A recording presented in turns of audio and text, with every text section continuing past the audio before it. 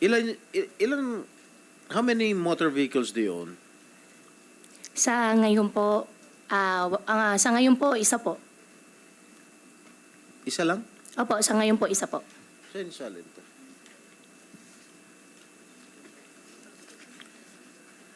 Pero marami kang dump truck. Nasa Yun. pangalan mo lahat. Yung dump truck po, opo, nabenta ko na rin po yung dump truck. Okay, paano ka nagkaroon ng helicopter? Magkano yung binigyan ng tatay mo para sa pambayad ng helicopter? Yung helicopter po, pinag-ipunan ko po at sa loob po ng 2 years po minigay sa akin ng tatay ko po yung kalahati po nung pangbayad po ng helicopter. Kalahati. Opo. Kasi ang nakalagay dito, 60 million pesos. Your Honor, nabili po siya less than $1 million po. Yung dollar po nung time po na nabili po is kung di po ako nagkakamali, 46 or 47 po. When did you purchase the helicopter? 2019 po yata. Kanino niyo pinurchase? Lion Air po. Lion Air. Opo. Kay Archie po. Ang kausap ko po si Sir Rene. Rene Sia. Opo, Rene siya po. Sia. Opo, Sia. Patay opo. na. Namatay na. Ay. Anyway, bakit Pogo yung napili mong negosyo? Your Honor, wala po Mas ako nanggaling kayo sa piggery at farming business. Your Sino Honor, nag-udyok sa'yo na magpatayo ng Pogo doon? Your Honor, wala pong Pogo business at hindi po ako yung nagpatayo. Sa akin lang po is only yung property po, yung lupa lang po.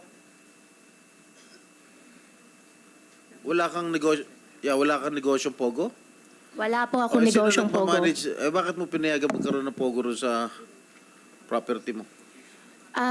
Your Honor, nag-umpisa po kami, yung Baofu po, bago po ako nag-divest po, in-invite ko po sila para mag-invest po sa Bamban.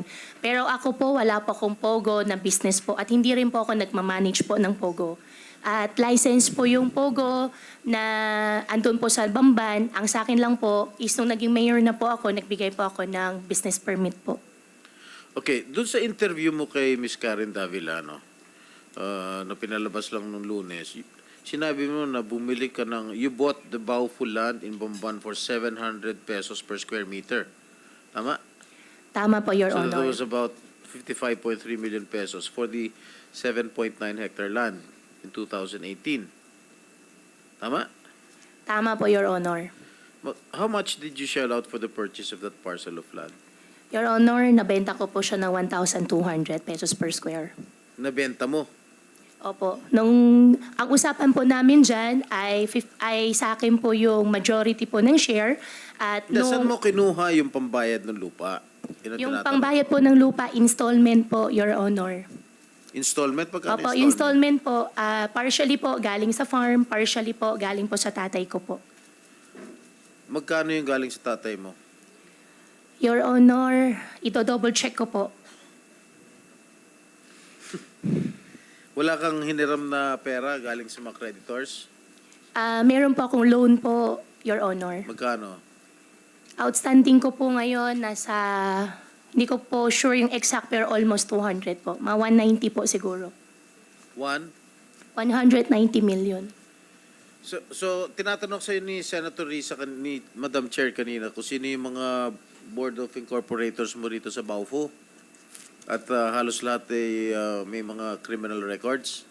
At sinabi mo, ngayon mo lang nalaman? Your Honor, dun sa Zhang Ziyang, nalaman ko po nung first hearing po na fugitive po siya. Before po noon, hindi ko po talaga alam. Dun sa naman po dalawa, nakita ko po dun sa Facebook post po ni Madam Chairman po at gumawa po ako ng research po, nag-search po ako sa Google. Sino ito si Lin Baoying? Lin Baoying, yan po yung nakita ko po kahapon po na isa po siyang incorporator po ng Baofu at nung after ko po mag-divest po, hindi ko na po alam. Hindi mo kilala itong si Lin Baoying? Si Lin Baoying, tsaka yung isa pa po na lalaki, hindi ko po kilala. Ang kilala ko lang po dyan, si Zhang Ziyang.